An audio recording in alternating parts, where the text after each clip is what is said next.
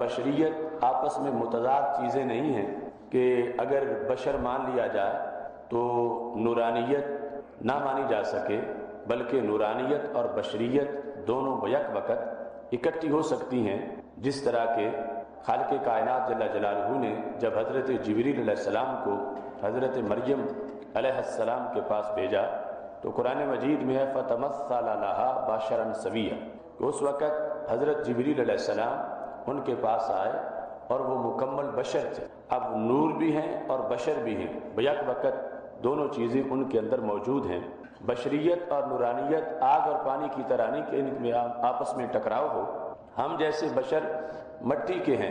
لیکن نبی اکرم صلی اللہ علیہ وسلم کی بشریت کا مطلب ہے ظاہر الجلد ہونا۔ جیسے مطلقاً بشریت کی یہ تعریف ہے کہ جن چھپی ہوئی چیز کو کہتے ہیں اور بشر اس کو کہتے ہیں جو ظاہر ہو۔ مٹی کا بنا ہونا یہ کسی بھی ڈکشنری میں، جو عربی زبان کی ڈکشنریز ہیں اولین، ان میں موجود نہیں ہے۔ اس بنیاد پر ہم جیسے بشر مٹی کے ہیں، لیکن سید المرسلین حضرت محمد مصطفیٰ صلی اللہ علیہ وسلم بیک وقت نور بھی ہیں اور بشر بھی ہیں، اور آپ کی بشریت بھی منفرد درجے کی بشریت۔ جن لوگوں کے پاس اپنے موضوع کی دلیل نہیں، وہ اس کو خلط مبحث کے طور پر پیش کرتے ہیں۔ جھگڑا بشر ہونے یا نہ ہونے میں نہیں، جھگڑا نور ہونے یا نہ ہونے میں ہے۔ ہم کہتے ہیں کہ نبی اکرم نور مجسم شفیع معظم صلی اللہ علیہ وسلم کی بشریت اتفاقی ہے۔ نور کے لحاظ سے ہم نور مانتے ہیں اور کچھ لوگ نور کا انکار کرتے ہیں۔ انہیں نور کی نفی پر دلیل دینا لازم ہے، جبکہ نور کی نفی پر ان کے پاس کوئی دلیل نہیں تو وہ بشریت کے اس بات پر دلیل دینا شروع کر دیتے ہیں، جبکہ بشریت کے تو ہم انکار ہی نہیں کرتے، بشریت قرآن مجید میں موجود ہے۔ ہم کہتے ہیں کہ نبی اکرم نور مجسم شفیع معظم صلی اللہ علیہ وسلم نور بھی ہیں اور دوسرے نور کے منکر ہیں، ان کے پاس نور نہ ہونے کی کوئی دلیل نہیں ہے۔ کہیں خالق کائنات جل جلالہ نے قرآن مجید برہان رشید میں یہ نہیں فرمایا وما ارسلناک نورا، ہم نے آپ کو نور بنا کے نہیں بھیجا، یا سرکار دو عالم صلی اللہ علیہ وسلم نے کہیں بھی یہ نہیں فرمایا لست بنور، میں نور نہیں ہوں۔ نبی اکرم نور مجسم شفیع معظم صلی اللہ علیہ وسلم نے اپنی نورانیت کی کہیں نفی نہیں کی، اور صحابہ کرام رضی اللہ تعالی عنہم نے کسی مقام پر یہ نہیں کہا وما کان نبینا نورا کہ ہمارے نبی صلی اللہ علیہ وسلم نور نہیں تھے۔ نور کے لحاظ سے ہمارے دلائل کثرت سے موجود ہے، جبکہ منکرین کے پاس ایک دلیل بھی موجود نہیں، تو وہ الٹا بشریت کی آیات پڑھ کر اپنا وقت گزارنا چاہتے ہیں۔ تو بشریت میں تو جھگڑا ہی نہیں ہے، وہ اتفاقی چیز ہے، وہ قرآنی امر ہے۔ اصل میں نبی اکرم نور مجسم شفیع معظم صلی اللہ علیہ وسلم کی نورانیت کے لحاظ سے ہم اپنے عقیدے کا اظہار کرتے ہیں، اور دوسرے منکر ہیں اور ان پر کے پاس اپنے اس منفی عقیدے کی کوئی دلیل نہیں۔ قرآن مجید برہان رشید میں نبی اکرم نور مجسم شفیع معظم صلی اللہ علیہ وسلم کو نور کہا گیا، اور اس کے علاوہ متعدد احادیث ہیں کہ جن میں سید المرسلین حضرت محمد مصطفیٰ صلی اللہ علیہ وسلم نے نورانیت کا بیان خود کیا۔ اس سے پہلے بھی کئی موضوعات میں اس کو ذکر کیا جا چکا ہے کہ حضرت عبداللہ بن عمر رضی اللہ تعالی عنہ انہوں نے سید المرسلین حضرت محمد مصطفیٰ صلی اللہ علیہ وسلم کی نورانیت کو بیان کرتے ہوئے یہ الفاظ بولے، جس کو امام عبد الرزاق امام معمر سے روایت کرتے ہیں، اور امام معمر امام زہری سے روایت کرتے ہیں، اور زہری حضرت سالم سے روایت کرتے ہیں، اور حضرت سالم اپنے باپ حضرت عبداللہ بن عمر رضی اللہ تعالی عنہ سے روایت کرتے ہیں۔ اس میں الفاظ یہ ہیں کہ حضرت عبداللہ بن عمر رضی اللہ تعالی عنہ جو صحابی رسول علیہ السلام ہیں، وہ کہتے ہیں رأیت النبی صلی اللہ علیہ وسلم بعینی ہاتین، اپنی دونوں آنکھوں کی طرف اشارہ کرتے ہوئے انہوں نے کہا کہ میں نے ان دو آنکھوں سے سرور کونین حضرت محمد مصطفیٰ صلی اللہ علیہ وسلم کا دیدار کیا۔ ہمارے آقا صلی اللہ علیہ وسلم کی شان کیا ہے؟ کہتے ہیں کانا نورن کلا، کہ سید المرسلین حضرت محمد مصطفیٰ صلی اللہ علیہ وسلم نور ہیں۔ کیسے؟ کل نور ہیں، رب ذوالجلال نے پورے پیکر ہی کو نور بنایا ہے، بل نورم من نور اللہ، اللہ کے نور میں سے نور ہے۔ تو نبی اکرم نور مجسم شفیع معظم صلی اللہ علیہ وسلم کو نور ماننا اور اللہ کے نور میں سے نور ماننا، یہ وہ نظریہ ہے کہ جو امام عبد الرزاق نے اپنی کتاب کے اندر، جس کو اس سند کے ساتھ جو صحیح الاسناد میں سے ہے، اس میں یہ ذکر کیا ہے کہ نبی اکرم نور مجسم شفیع معظم صلی اللہ علیہ وسلم کو حضرت عبداللہ بن عمر رضی اللہ تعالیٰ عنہ نور مانتے تھے اور کل نور مانتے تھے اور اللہ کے نور میں سے نور مانتے تھے۔ اس سلسلہ میں امام عبد الرزاق نے جو حضرت معمر سے روایت کیا، اور معمر جو ہیں انہوں نے حضرت ابن منقدر سے اس کو روایت کیا، اور انہوں نے حضرت جابر رضی اللہ تعالیٰ عنہ سے روایت کیا کہ حضرت جابر رضی اللہ تعالیٰ عنہ نے نبی اکرم نور مجسم شفیع معظم صلی اللہ علیہ وسلم سے ایک دن پوچھا، کہتے ہیں سألت رسول اللہ صلی اللہ علیہ وسلم ان اول شیء خلقہ اللہ، میں نے نبی اکرم نور مجسم شفیع معظم صلی اللہ علیہ وسلم سے یہ سوال کیا کہ رب ذوالجلال نے سب سے پہلے کس چیز کو پیدا کیا؟ تو ہر سوال کے اندر بھی ایک نظریہ ہوتا، تو اس سے پتہ چلا کہ حضرت جابر رضی اللہ تعالیٰ عنہ کا یہ نظریہ ہے، یہ عقیدہ ہے کہ میرے آقا صلی اللہ علیہ وسلم کو اللہ نے اتنا علم دیا ہے کہ آپ جانتے ہیں کہ خالق کائنات نے ماضی میں کس چیز کو کس مقام پر پیدا کیا۔ یہ سوال بھی ان کے نظریے کی دلیل ہے۔ اور جس وقت سرور کونین حضرت محمد مصطفیٰ صلی اللہ علیہ وسلم سے یہ پوچھا گیا تو آپ نے یہ نہیں فرمایا کہ میں نماز روزے کے مسائل تو بیان کر سکتا ہوں، لیکن یہ جو تم پوچھ رہے ہو یہ غیب کی باتیں ہیں اور اس لحاظ سے تم مجھ سے سوال نہ کرو۔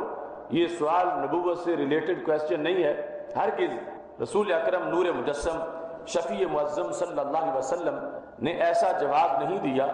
بلکہ ہمارے آقا صلی اللہ علیہ وسلم نے جواب دیتے ہوئے یہ ارشاد فرمایا، ہوا نور نبی کا یا جابر، جابر وہ تیرے نبی کا نور ہے جو خالق کائنات جل جلالہ نے سب سے پہلے پیدا فرمایا ہے۔ ہوا نور النبی کا یا جابر۔ اب سوال چونکہ نصف علم ہوتا ہے اور اچھے سوال سے کئی دروازے کھلتے ہیں، تو اس بنیاد پر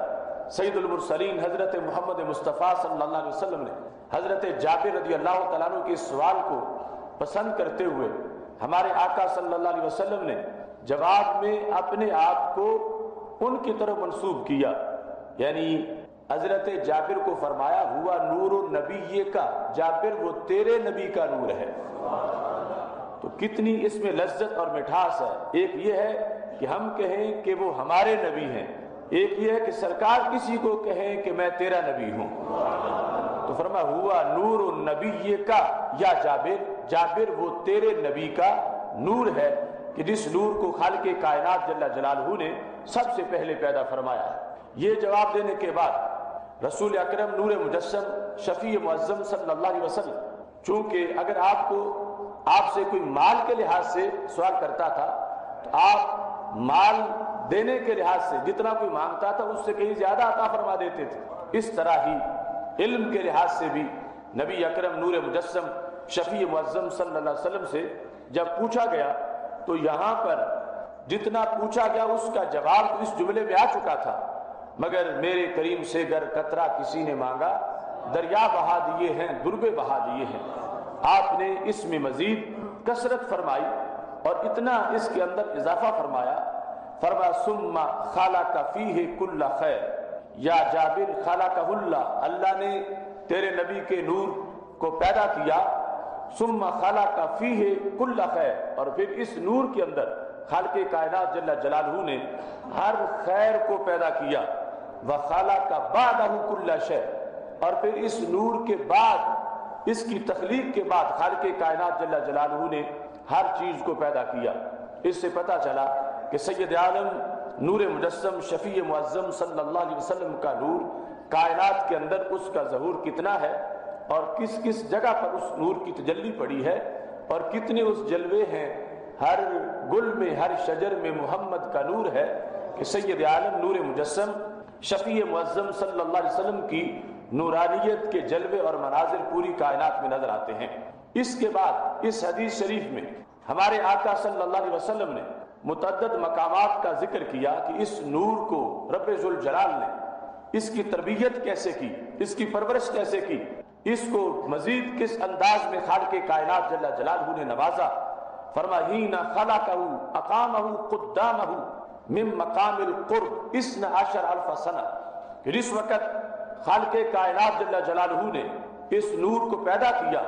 تو رب ذوالجلال نے اس نور کو اپنے سامنے قیام کروایا.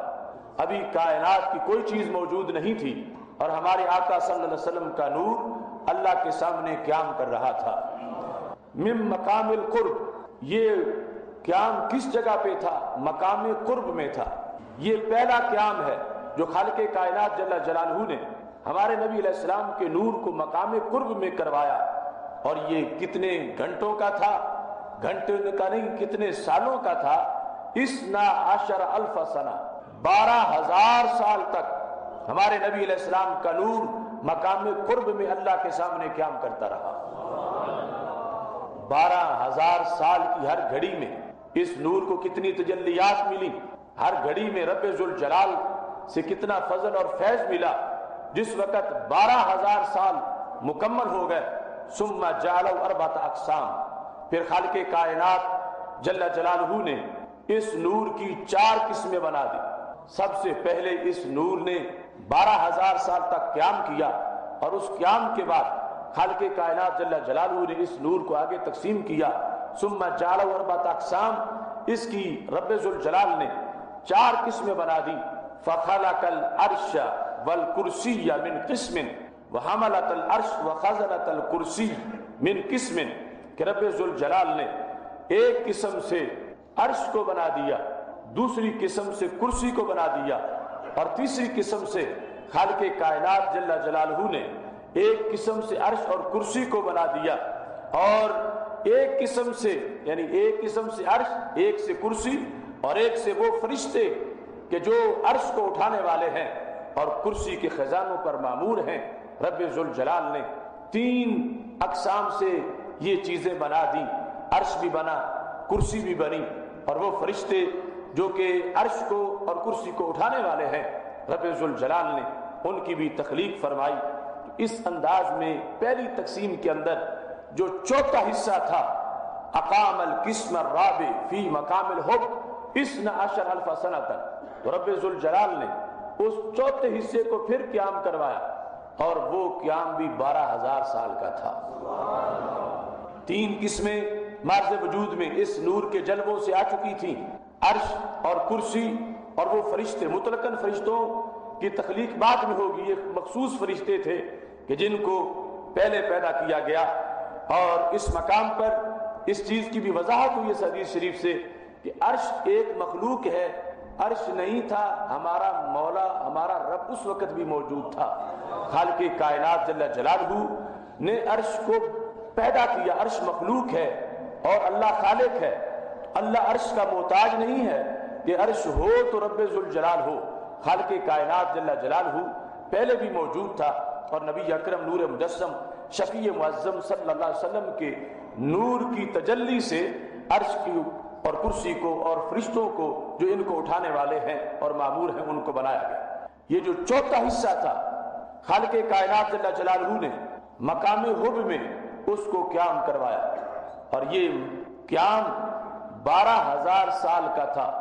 12,000 سال تک ہمارے نبی علیہ السلام کا نور مقام حب میں قیام کرتا رہا. پہلا مقام مقام قرب تھا، اور دوسرا مقام مقام حب ہے. جس وقت یہ 12,000 سال مکمل ہو گئے، ثم جعلوا 4 اقسام، پھر خالق کائنات جل جلالہ نے اس کی 4 قسمیں بنائیں. اب یہ دوسری تقسیم کے اندر اس نور سے کیا کچھ بنا؟ فرمایا ہمارے آقا صلی اللہ علیہ وسلم نے فخلق القلم من قسم واللوح من قسم والجنۃ من قسم، کہ رب ذوالجلال نے قلم کو ایک حصے سے مخلوق بنا دیا، ایک حصے سے لوح کو پیدا کیا، اور ایک حصے سے خالق کائنات جل جلالہ نے جنت کو تخلیق فرمایا. کتنا فیض ہے نور مصطفیٰ صلی اللہ علیہ وسلم کا کہ اس دوسری تقسیم کے اندر لوح قلم اور جنت کو بنایا گیا. اور لوح کے لحاظ سے رب ذوالجلال نے جو کچھ اس میں لکھا اتنا ہے کہ کوئی اس کا تصور نہیں کر سکتا، اور قلم اس کو اتنا علم دیا کہ جب قلم کو پیدا کیا گیا فرمایا اکتب ما کان و ما یکون، کہ جو کچھ دنیا میں ہو چکا ہے وہ بھی لکھو اور جو ہونے والا وہ بھی لکھو۔ تو جن کے نور سے پیدا ہونے والے قلم کا اتنا علم ہے تو حضور صلی اللہ علیہ وسلم کے اپنے علم کا عالم کیا ہوگا۔ اور پھر اس میں لوح کے لحاظ سے ہمارا یہ نظریہ ہے کہ لوح اللہ کے علم کو محیط نہیں ہے کہ لوح نے اللہ کے علم کا احاطہ کیا ہو، رب ذوالجلال کا علم لوح سے بھی کہیں زیادہ ہے۔ تو اس بنیاد پر نبی اکرم نور مجسم شفیع معظم صلی اللہ علیہ وسلم کے علوم میں سے امام بصیری کہتے ہیں من علوم کا علم اللوح والقلم، یا رسول اللہ صلی اللہ علیہ وسلم آپ کے علم کا ایک حصہ لوح ہے اور ایک حصہ قلم ہے، جو کہ آپ کے نور سے ان کی تخلیق ہوئی ہے۔ اور ہمارے نبی علیہ الصلوۃ والسلام کا پورا علم بھی لوح اور قلم سے کہیں زیادہ ہے، اور خالق کائنات جل جلالہ کا علم تو آپ صلی اللہ علیہ وسلم کے علم سے بھی کہیں زیادہ ہے، لیکن لوح اور قلم کے لحاظ سے امام بصیری رحمۃ اللہ علیہ نے واضح طور پر کہا، اور اس کا مبدا اور ماخذ یہی ہے کہ لوح بھی نور مصطفیٰ صلی اللہ علیہ وسلم سے اس کو پیدا کیا گیا، اور قلم کو بھی اسی نور سے پیدا کیا گیا، اور جنت کو بھی اسی نور سے پیدا کیا گیا۔ اب جنت میں جو حسن ہے، جنت میں جو جمال ہے،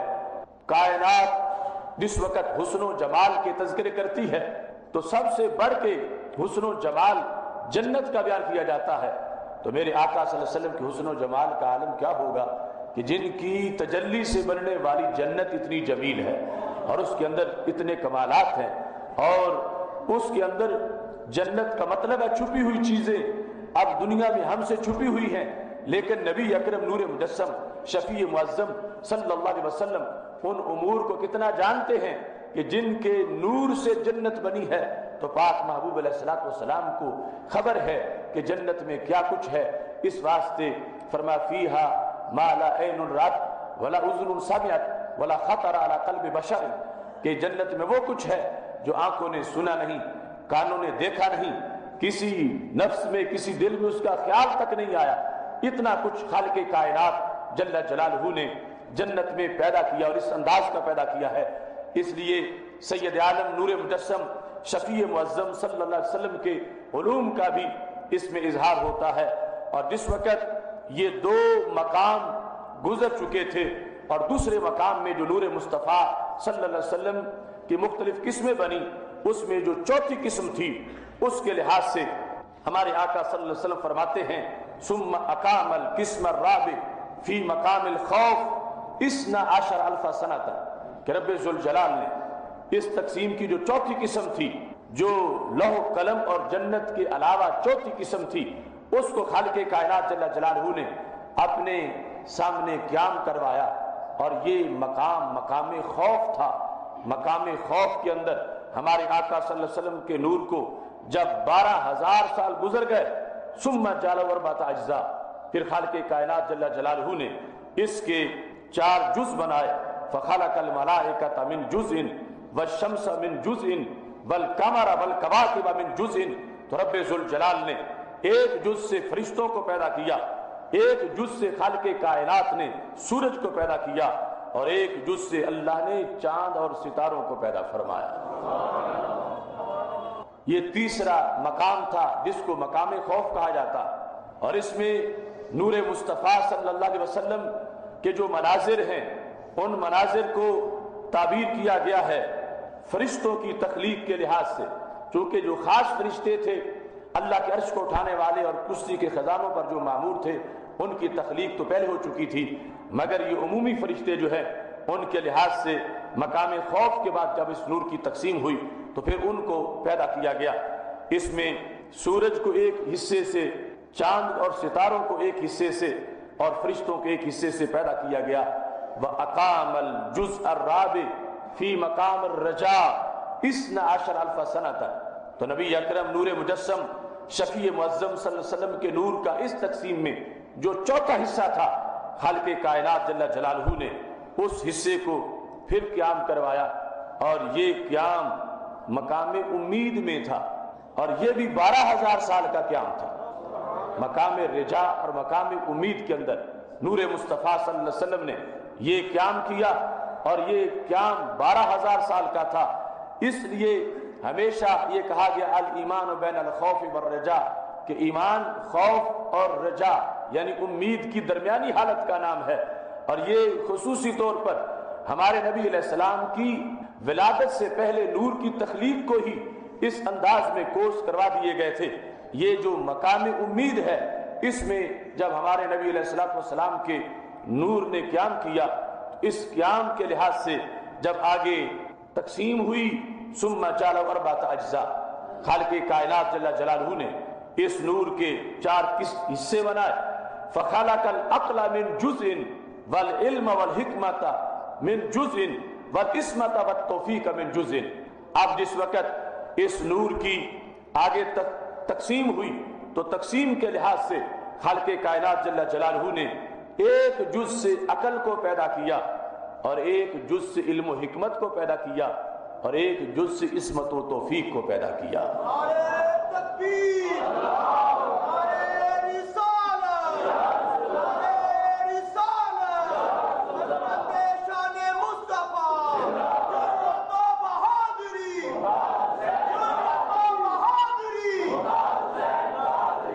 یہ چوتھا جو ہے رجا کا مقام، اس میں جس وقت نبی اکرم نور مجسم شفیع معظم صلی اللہ علیہ وسلم نے اس کو بیان کیا، اس کے لحاظ سے عقل کا خصوصی طور پر تذکرہ کیا۔ فخلق العقل من جزء، ایک جز سے رب ذوالجلال نے عقل کو پیدا کیا، تو عقل کائنات میں جہاں بھی جلوہ گر ہے،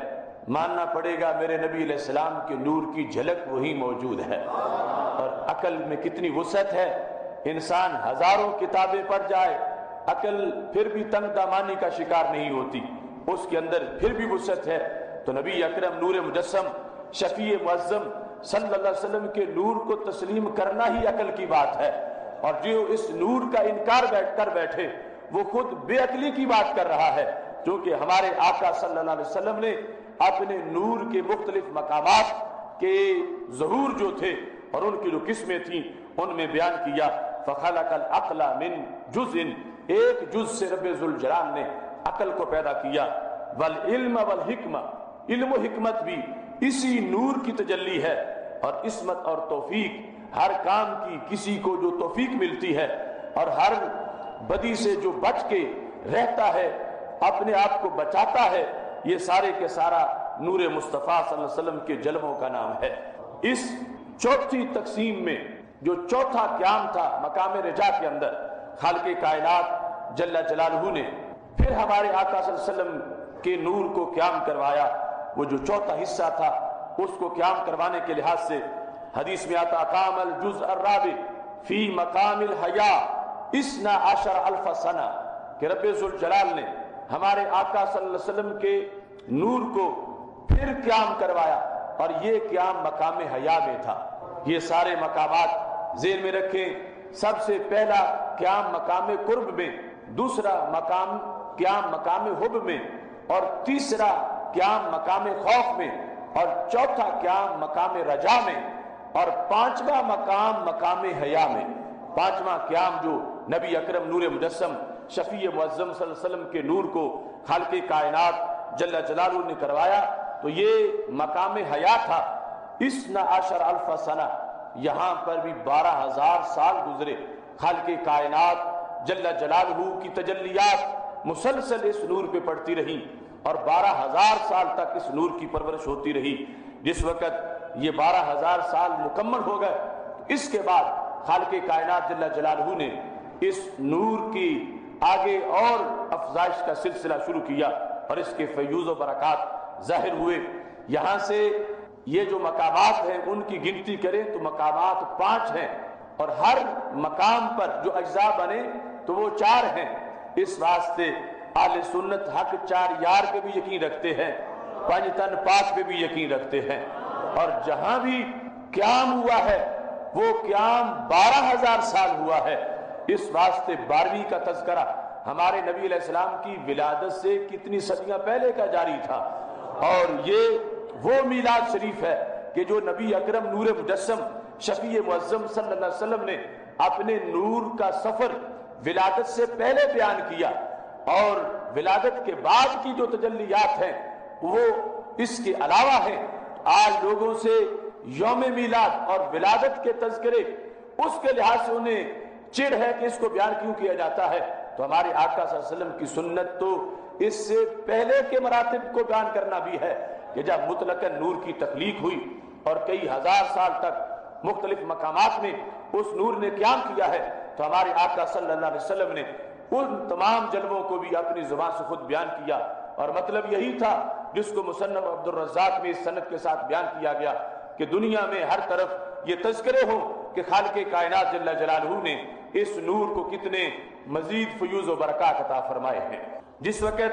یہ مقام حیا کے اندر قیام مکمل ہو چکا تھا، ثم نظر اللہ عز وجل الیہ فترشح النور، پھر خالق کائنات جل جلالہ نے خصوصی نگاہ محبت سے اس نور کو دیکھا تو اس نور کو پسینہ آ گیا۔ جب نور کو پسینہ آیا فقطر منہ مئۃ الف و اربع و عشرین او مئۃ و عشرون الف، جس وقت اس کو قطرے پسینے کے نکلے تو وہ کتنے تھے؟ 1,24,000 قطرے تھے۔ 1,24,000 قطرے، 20,000 و 4,000، 1,24,000 قطرے ٹپکے اس نور سے، نور کو اتنا پسینہ آیا تو پھر یہ اب نیا ایک سلسلہ فیوز و برکات کا تھا۔ فخلق اللہ من کل قطرۃ روح نبی اور روح رسول صلی اللہ علیہ وسلم۔ ان قطروں میں سے جو پسینہ آیا تھا نور کو، کوئی ایک قطرہ بھی ضائع نہیں ہوا۔ خالق کائنات جل جلالہ نے ہر قطرے سے یا تو کسی نبی کی روح کو پیدا کیا یا رسول کی روح کو پیدا فرمایا۔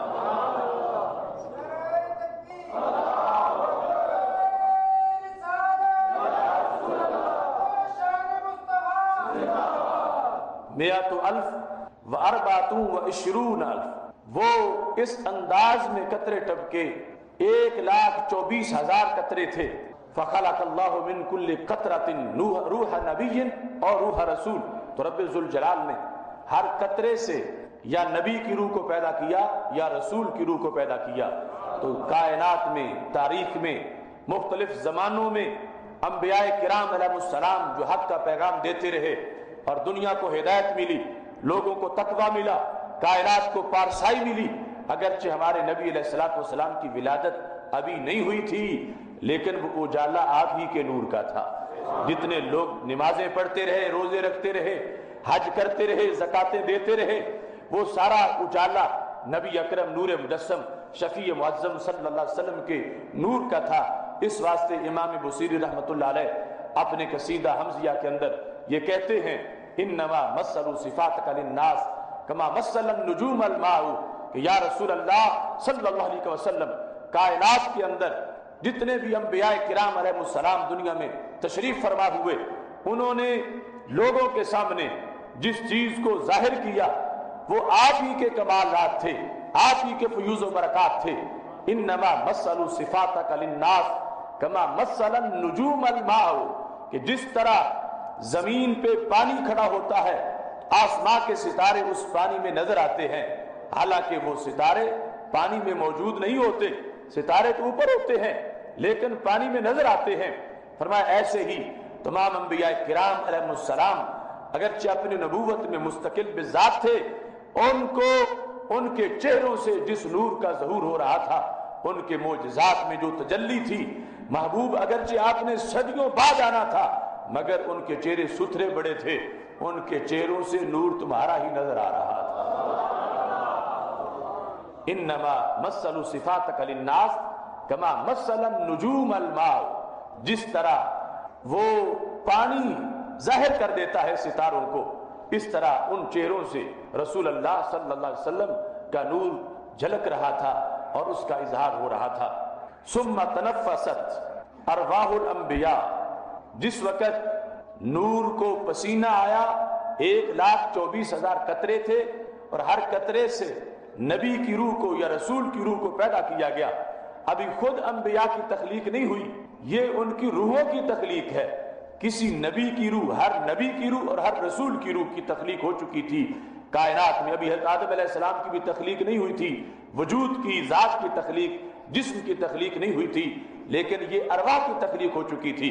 ہمارے آقا صلی اللہ علیہ وسلم فرماتے ہیں ثم تنفست ارواح الانبیاء،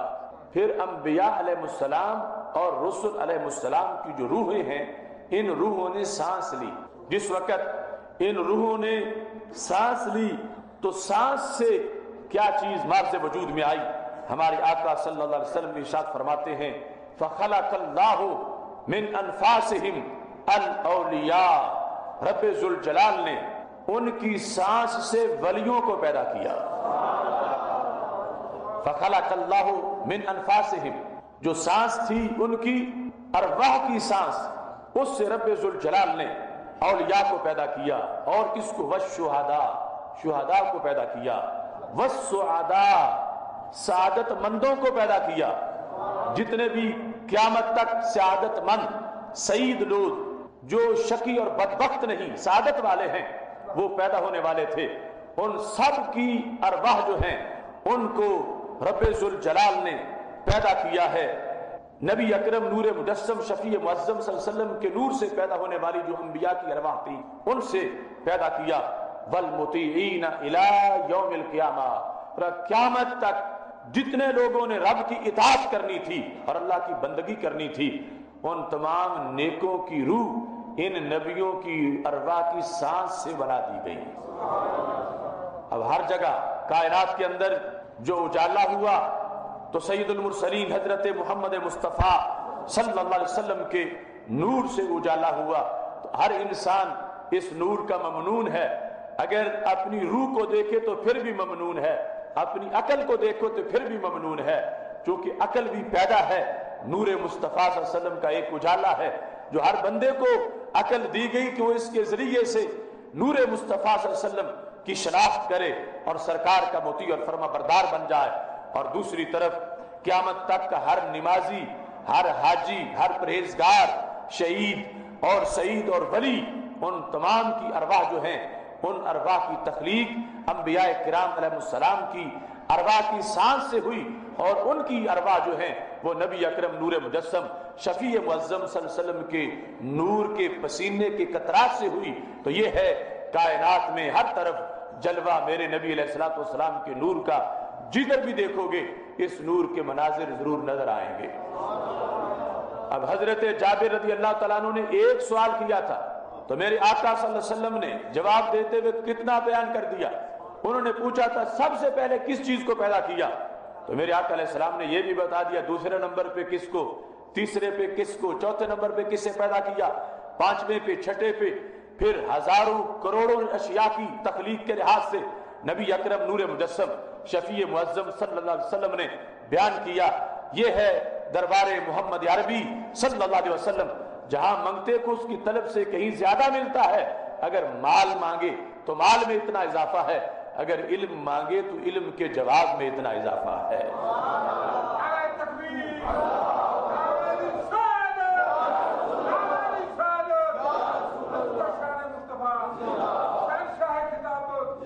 سید عالم نور مجسم شفیع معظم صلی اللہ علیہ وسلم جب اس مقام تک گفتگو کرتے ہوئے پہنچے، میرے محبوب علیہ السلام نے ارشاد فرمایا فالعرش والکرسی من نوری۔ اب پوری حدیث کا خلاصہ پھر اس کو اپنے لفظوں میں بیان کیا، پس عرش بھی میرے نور سے پیدا ہوا اور کرسی بھی میرے نور سے پیدا ہوئی۔ فالعرش والکرسی من نوری والکروبیون من نوری والروحانیون من نوری والملائکۃ من نوری والجنۃ وما فیہا من النعیم من نوری وملائکۃ السماوات السبع من نوری والشمس والقمر والکواکب من نوری والعقل والتوفیق من نوری وارواح الرسل والانبیاء من نوری والشہداء والسعداء والصالحون من نتاج نوری۔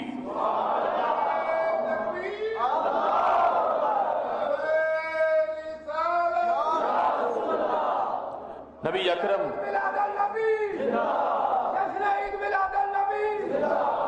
نبی اکرم نور مجسم شفیع معظم صلی اللہ علیہ وسلم ارشاد فرماتے ہیں کہ خالق کائنات جل جلالہ نے عرش کو بھی میرے نور سے پیدا کیا، اور کرسی کو بھی میرے نور سے پیدا کیا، اور جو روحانی فرشتے ہیں اور کروبیون ہیں وہ بھی میرے نور سے پیدا کیے، مطلقاً ملائکہ کو میرے نور سے تخلیق کیا، جنت اور جو کچھ جنت میں ہے وما فیہا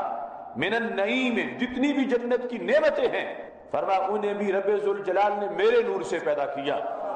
وملائکۃ السماوات سب، 7 آسمانوں کے جو فرشتے ہیں فرمایا سارے کے سارے رب نے میرے نور سے پیدا کیے، والشمس والقمر والکواکب، سورج چاند اور ستارے یہ سارے کے سارے ان کو میرے نور سے پیدا کیا، والعقل والتوفیق من نوری، عقل اور توفیق کو رب ذوالجلال نے میرے نور سے پیدا کیا، اور ارواح رسل اور ارواح انبیاء علیہ السلام کو خالق کائنات نے میرے نور سے پیدا کیا۔ فرم ایسے ہی شہیدوں، سعادت مندوں اور صالحین کے نور کو رب ذوالجلال نے میرے نور سے پیدا فرمایا۔ یہاں تک ذکر کرنے کے بعد اس نور کے مزید مراحل بیان کرتے ہوئے فرمایا ثم خلق اللہ 12 الف حجاب، پھر رب ذوالجلال نے 12,000 حجاب مخلوق کیے، 12,000 حجاب رب ذوالجلال نے پیدا کیے۔ یہ اس حدیث میں 6 مرتبہ 12ویں کا تذکرہ ہے کہ پہلے وہ 5 مقامات ان میں 12,000 سال تک قیام تھا، اور پھر اس مقام پر نبی اکرم نور مجسم شفیع معظم صلی اللہ علیہ وسلم نے فرمایا کہ رب ذوالجلال نے 12,000 حجاب بنائے،